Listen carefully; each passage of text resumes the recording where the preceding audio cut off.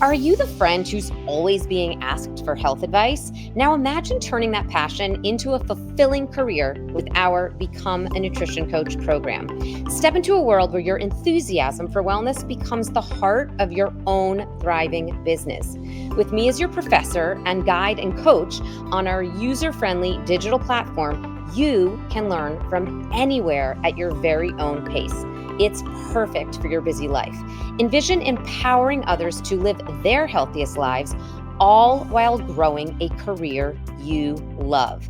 You're not just gaining a certification here, you're joining a community of like-minded professionals ready to support and celebrate with you every step of the way.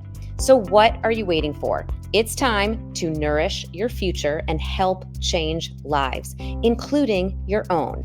Head over to nutritiouslife.com/BNC for a free class and a sneak peek of the program. Your journey to becoming a nutrition coach begins now. Welcome to the Nutritious Life Podcast. I'm your host, Keri Glassman, and in today's episode, I'm chatting with Tammy Fender, a holistic and renowned esthetician. She's also the founder of her own skincare brand as well as a spa owner.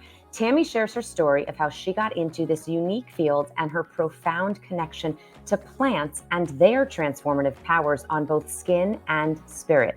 Check out the show notes for Tammy's full bio. And by the way, there is a very special discount for all of you listeners. Tammy has a truly innovative approach, which you all will learn about right now. We chatted about some of the over 300 botanicals that she uses in her products and in her treatments, as well as how to protect our skin from our environments and what we can do to naturally help us age our best. So grab those headphones and learn how you can nurture your skin and your soul. Welcome to Living a Nutritious Life. I'm Keri Glassman, a celebrity registered dietitian nutritionist. Join me every Tuesday on YouTube and your favorite podcast platforms as I bring in some heavy hitters to share the latest in nutrition and wellness science. We dive deep into food, sleep, stress, relationships, and so much more. Your weekly guide to a happier, healthier, more nutritious life. So, tune in to make nutrition and wellness a little less complicated and a lot more doable and fun. Welcome, Tammy. I'm so excited to have you on the Living a Nutritious Life podcast. Thank you so much, Keri. I'm delighted to be here. Yeah, so I just gave a little bit of your background, but we want to hear the background straight from you.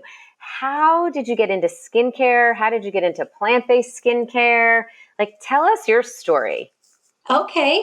Well, for me, I think it's just been this lifelong journey ever since I was a little girl. I was very attracted to plants and the plant kingdom for whatever reason. I think when everyone else may be off, playing, I always like to say kickball or whatever they were doing. I was kind of the fairy just wandering through the plants and always had this innate attraction for whatever reason. Where'd you grow up? I grew up in Maryland.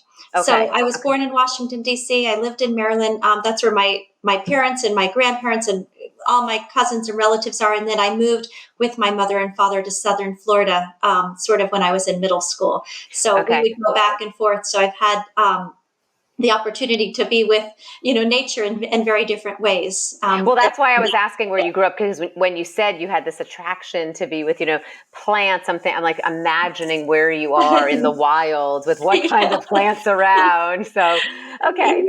I'm just trying to set the scene and get the full picture here.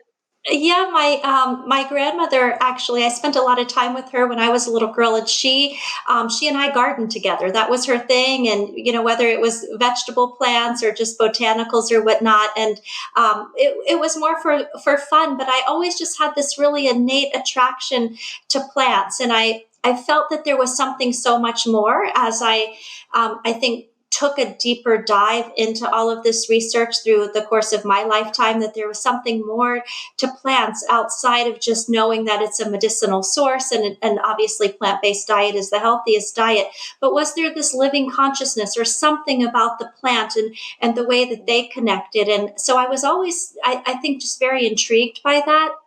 I did do some studies of psychology as well. So people's well-being and their happiness, I think, was always a part of who I am as well. And my work, I think, fast forwarding a little bit, my work became known in Palm Beach, doing a lot of pre and post operative healing work. So, whether my clients were going through elective surgeries, or unfortunately, if they had to have any medical reasons for I guess having, poor condition to the skin, or the skin was compromised in one way, I would come in to help to heal the skin. But through all of that, I opened my first location in West Palm Beach in 2002.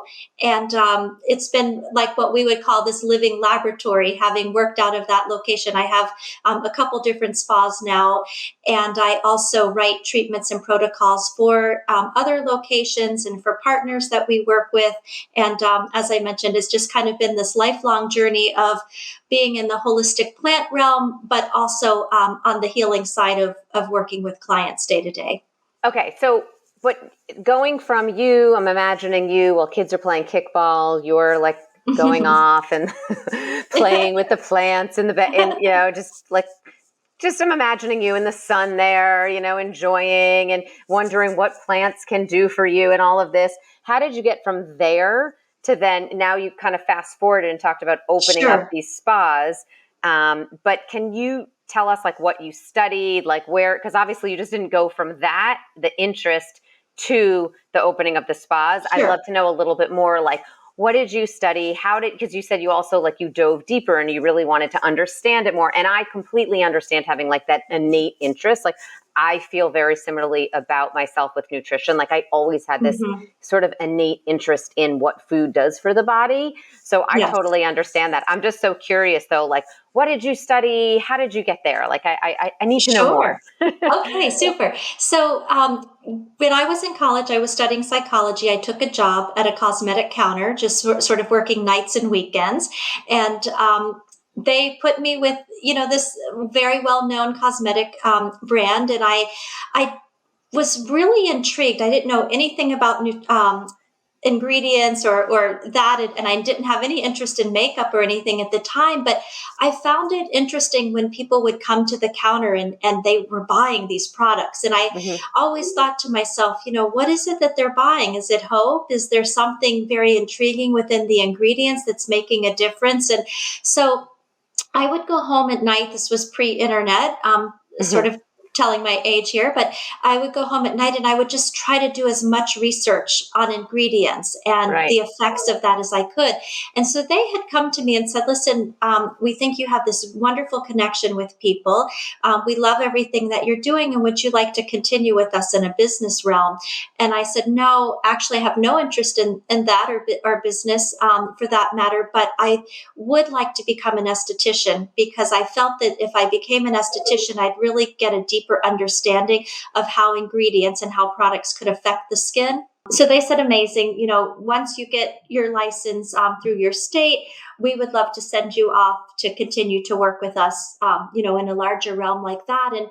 And the way that the stars aligned for me, I never ended up going back with that company, but I did go to Europe. I had a really wonderful opportunity to stay with someone there that had a clinical practice. And I just really learned everything that I could. Through all of this, it's not that they're degreed, but you get certification. So I studied everything from thalassotherapy, which is, the study of seaweeds, to iridology, to becoming an aromatherapist, to all of the botanical, really wanting to take that path of more of a naturopathic doctor. And it was really more of just a deep dive, as I said earlier, into all of these, what were considered at the time alternative modalities and alternative methods. And I just felt that there was something so much more, and the way that I guess it sort of all came together for me was when I came back. I was living in South Florida at the time. And I got a position as an esthetician, and I started working. And because Palm Beach is such a seasonal place, in between the season and the non-season, I really started just working on product. And how could these very, very specific ingredients have an effect on the skin? And everything that I was doing back in those days were really born out of the treatment room, which actually the product collection still is born out of the treatment room. But it's like, what was I seeing? What did people need? And what were they looking for? And I think just always feeling like I've been this student of life, but taking, again, a real interest in botanical medicine and plant medicine. How was it affecting the skin, the body, the mind? My love and passion really has been around sort of even the energy of the plant and really what that true mind, body, and spirit connection is. It's been amazing to see how it's moved into more of a mainstream.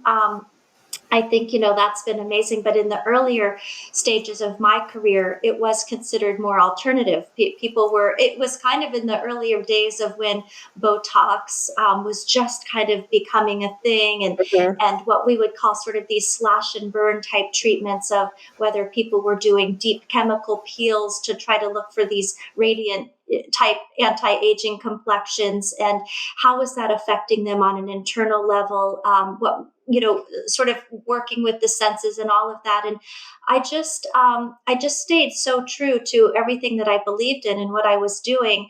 And as I mentioned, ended up opening a location in 2002, and then my product line was developed.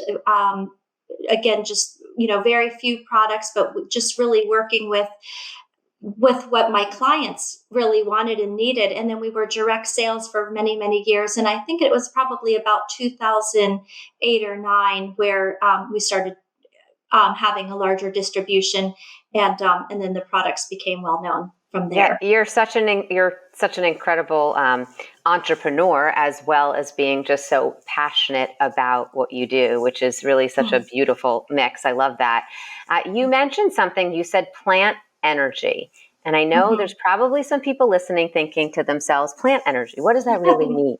So we know, plants have energy because when you eat plants, there's calories, right? And calories are energy. So that's where my registered dietitian mind goes. But I think you were saying something else there too. So I'm curious what you meant when you mentioned that.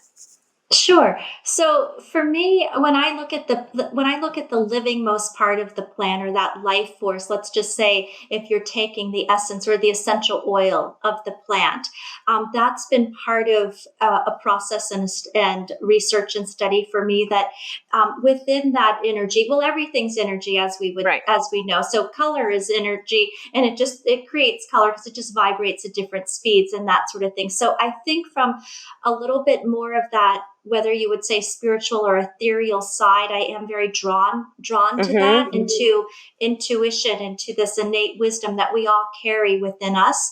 And I have found that the beauty of working with the life force of the plant, or again, as I mentioned, that pure living energy, that living most part, even through the sense of smell, there's this direct connection to the brain, and how that has this effect on our emotions. And so when I speak of things sort of energetically, I think I'm speaking more to, again, a holistic mindset of how is something that we're applying to ourselves, whether it's through inhalation, it's through application, coming in through the skin, or even through the foods that we eat. What is the effect that it's having on us on that holistic level? I think, just to simplify it too, when I think about something that carries a very high vibration, or that would be very energetic, if you think of you're just picking a fruit off of a tree at the most ripe, beautiful state, that's going to carry the highest amount of vibration or energy.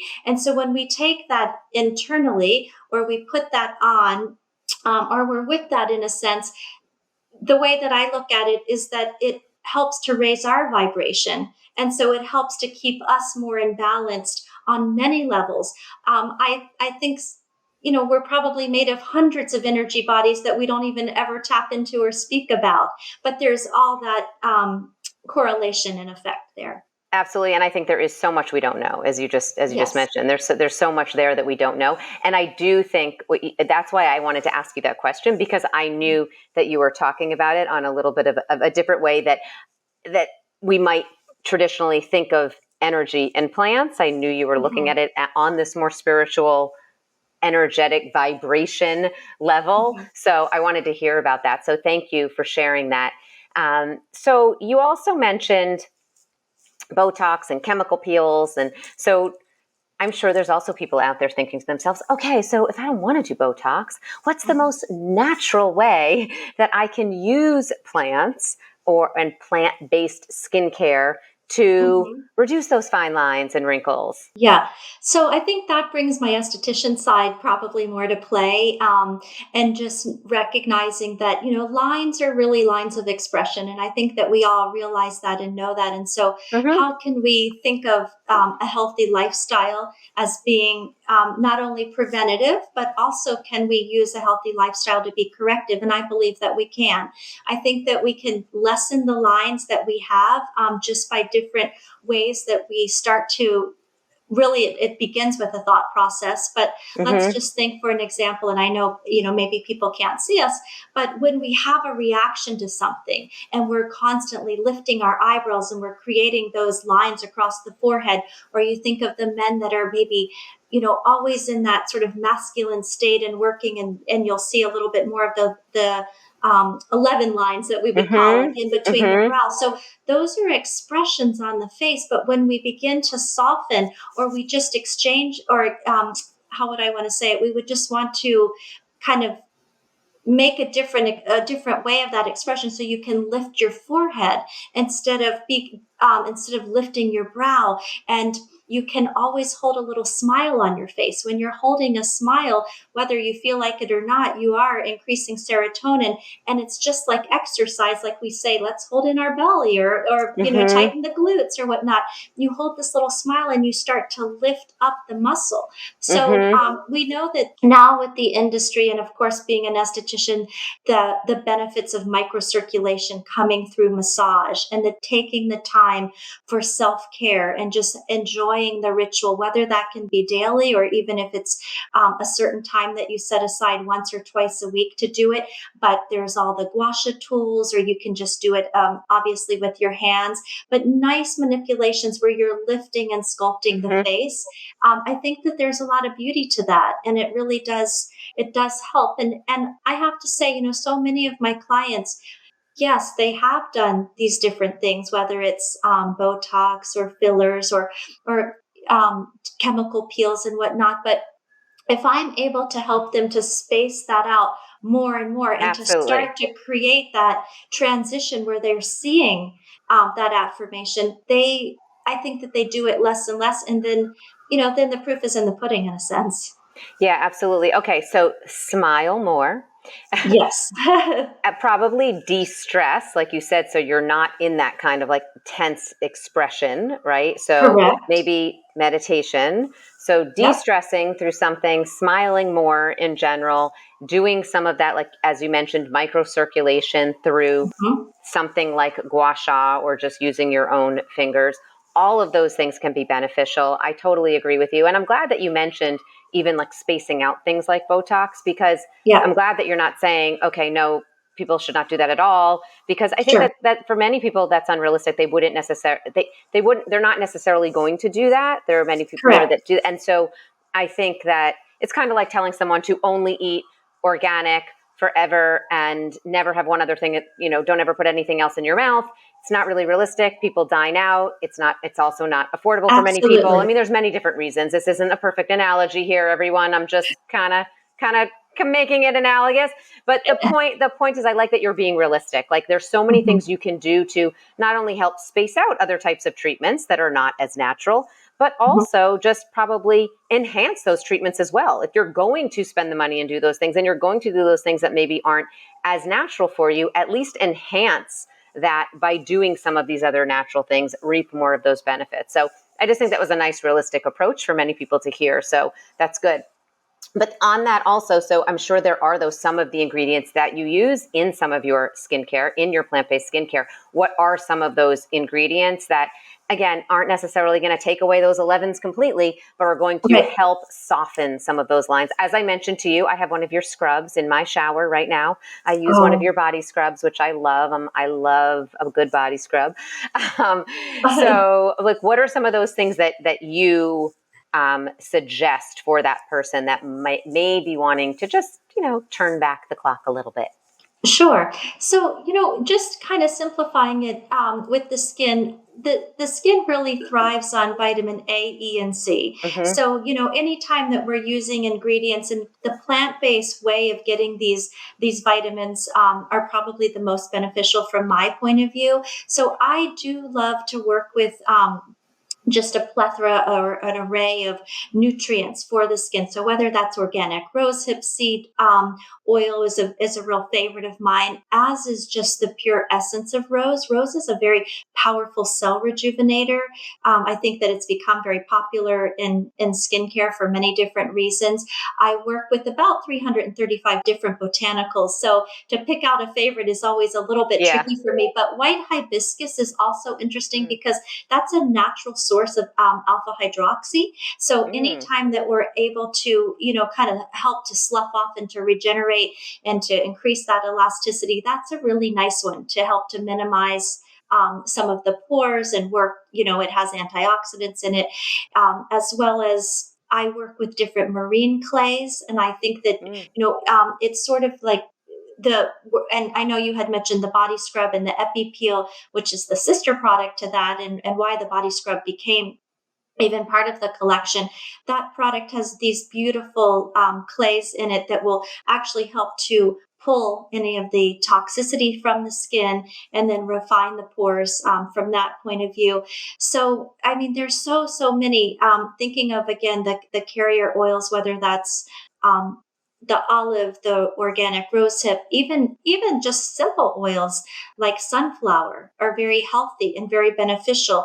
I work with shea butters and lotus seed, um, and then all the great detoxifiers like great burdock is really good for just pulling and detoxifying the skin. So I think when I'm looking at the skin, I'm looking at ingredients that are actually either detoxifying, and then it's sort of like that out with the bad and then in with the good. What are you using to replenish the skin? So in one of the or a couple of the creams in our collection, we use an ingredient called helichrysum, and I had mentioned doing a lot of pre and post operative healing kind of early on, and that's how the work became well known. And helichrysum is it's really well known for stimulating new growth, and it helps to actually even heal scars. So it's great for anyone that might have discoloration or any kind of scars or anything like that. And then I think on that energetic level, it's known to help to move stagnant energy. So that's Mm. probably a favorite in my collection.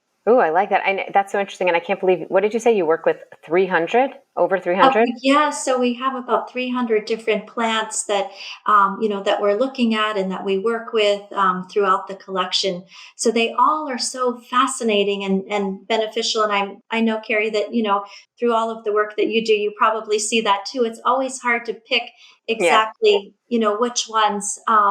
But chamomile, I like to speak to a little bit too, because chamomile is an anti-inflammatory. And I think that we all have some form of sensitivity now with the modern lifestyle that really requires how do we, like you said earlier, what are the ways that we can de-stress, and can we do that through lifestyle, through teas, through the products that we use? And chamomile is a thread in the collection because of that, really helping with the redness, irritation, and being an anti-inflammatory and a vasoconstrictor. Well, see, I love my chamomile for my nighttime for sleep because it helps you sleep, and it actually builds up when you have chamomile tea. It builds up in your system over time and actually can be even more powerful than some of the over-the-counter sleep aids. So, Absolutely. who knew about the anti-inflammatory skin benefits as well? I love it. So what do you think about honey and coconut oil as antibacterial agents? And do Mhm. you ever recommend people just using some good quality honey and coconut oil, just like from their pantry, obviously being high quality though? And do you also use any of those ingredients in any of your products as well? Yes. Well, I am obsessed with honey. I'm a beekeeper. Okay. So Oh, I, wow. I didn't even know that. Amazing. yeah. And while we were chatting, I happened to be in South Florida at the time looking at my coconut trees and just how amazing and beneficial they are. So honey and coconut definitely are staples in my life in I many, did many not know ways. that, friends. I did not know that when I asked that. I had no Yeah. idea that you had a coconut tree right there and that you were a beekeeper. So I was So really just asking for the antibacterial benefits. I was curious. I think that honey is like the cure to so many things. I mean, to all of the allergies, to anything that, I mix it into everything. We use honey absolutely in the product as well. We work with an orange blossom honey, which actually is very calming and soothing. It helps to also reduce inflammation in the skin, and it helps to repair any kind of wounds, as we know, so that antibacterial properties are incredible. Also, Manuka honey is used in our Yeah, so good. celestial rose cream. And so obviously we know all of the healing benefits from Manuka honey. And then one of the latest products that I created is called plant milk serum.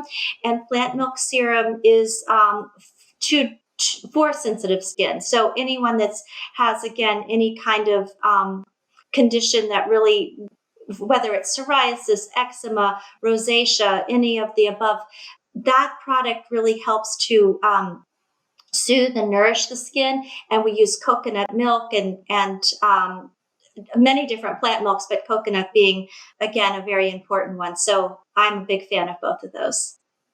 Amazing. So I'm just going to go back to something else you were talking about before. You mentioned also things in the environment affecting skin and toxin. I don't know if you specifically mentioned toxins, but you mentioned something about environmental stress on the skin. What do you think are the most damaging things that we come across in our daily lives in modern society? So is it pollution? Is it too much sun? Is it whatever, smoking? Like, what do you think people come across that really damages their skin the most? Well, thinking of the skin obviously as the largest organ, I think that we're also, I think of it as our third lung and our third kidney. I believe like we're, breathing through the pores and we're excreting toxins through Mm-hmm. perspiration and all of this as well. And I think that the skin gets taxed from, Mm-hmm. as you said, this modern lifestyle of first and foremost stress, not enough sleep. I think the I've just noticed again the capillaries and just these different conditions that I hadn't seen probably 10 or 15 years ago that I'm now seeing pretty much across the board in everyone in one way or another. So the pollution from the environment definitely have to play a part in it. And um, yeah, and I think that that's why we're all in this place and recognizing again, what is the true benefit and what does it mean to slow down Mm-hmm. and to have more rest and to really to work with the organ of the skin through the things that we eat, but also through lifestyle and Yeah, and through rest. So yeah, I think just again, I'm sure that we're even being affected from all of the EMFs that has to have an aging absolutely. effect on Yeah, the skin as absolutely. well, where we probably, weren't experiencing that 15 or Right. 20 years ago. Right. And we definitely don't know the effects yet. We don't Yeah. know how that's going to affect us in the long run, but I agree with you that it must be affecting us in Mhm. some way. I mean, we know there's an effect on our brains. We know. So there's Yes. got to be something going on there. But I want to go back to what you said with the capillary. So what are you saying you're seeing more now that you didn't see 10 years ago? I want to take a moment to tell you about our podcast sponsor, which I'm a super fan of. In today's fast-paced go world, it's so easy to get overwhelmed and lose focus, especially when you're trying to accomplish critical tasks that require a sharp mind. If you're looking for a way to support your brain health and stay on top of your game, if you know me at all, you know I'm always looking to do that. Well, then you want to know about Cognizant Citicoline. This nutrient helps support brain function, and it plays a vital role in nourishing and protecting brain cells. Cognizant Citicoline can help support focus, memory, and attention, promote cognitive performance, and support overall brain health. It's also known for its ability to support brain energy and is backed by numerous studies that show its effectiveness. Whether you're a student, a busy professional, a multitasking parent, or anyone looking to optimize mental clarity and sharpness, adding Cognizin Citicoline to your daily routine can help you achieve those goals and support your brain for the future. It can be found in many different products, including chewables, gummies, beverages, and even cold brew coffee. Visit Cognizin.com for exactly where to find this ingredient, and don't forget to look for Cognizin on the label. So what are you saying you're seeing more now that you didn't see 10 years ago? Well, I'm just finding that the skins are more sensitive now. So everyone, when they come into the treatment room in one way or another, seem to have some type of sensitivity going on in their skin. And before, it could be like you wouldn't see that as much. You could see these very resilient skins, or of course, you have all the different skin conditions. But even if somebody is younger, their 20s, 30s, whatnot, even early 40s, where they may still be producing some oil, let's say, or they're coming in and they're saying, gosh, I still have this combination skin. My skin's still breaking out for whatever reason. Deep down underlying, I'm finding inflammation, sensitivity, again, where before I hadn't seen that as much. And I started to feel that, of course, it's this modern lifestyle, and it's all of this way of how we're trying to keep up so much with technology, really, and everything that's coming at us, and it is affecting us as a whole. And then the skin, in so many ways, as we know, is the first line of defense. So do you think a lot of that, though, is connected to our gut health? I do. Yeah, absolutely. I think the gut health plays a huge role in what's going on, obviously, with the skin, and for sure, and the environment. And again, just I think trying to. I think we're all too busy, and we're stressed, and it's affecting the overall health. What are your non-negotiables for healthy skin? Like, what do you recommend for you personally, but also to your clients that come in? Like, what are the things that you tell them, you must absolutely do this, or you must absolutely not do that? I think that if you can, for me, taking the time, carving the time out for personal care and self-care and treatment, even if it's just an hour, once a month or twice a month, is a non-negotiable for me. I feel that if you can get to a place where it's even a little bit more than that, these holistic type therapies and treatments, I think, can go so deep and so far. And if we take that time to slow down and to recognize the importance of that, you come out just feeling rejuvenated in so many ways.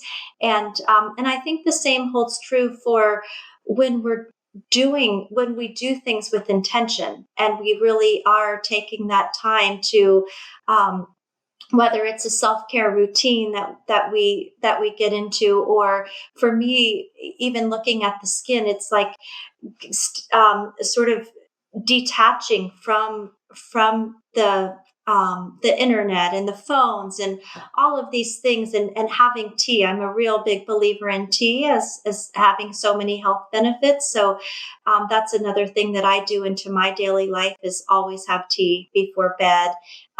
Meditation, just having that calmness, low lights, all of that's I feel like when you start to do that, you really start to see the effects on the skin.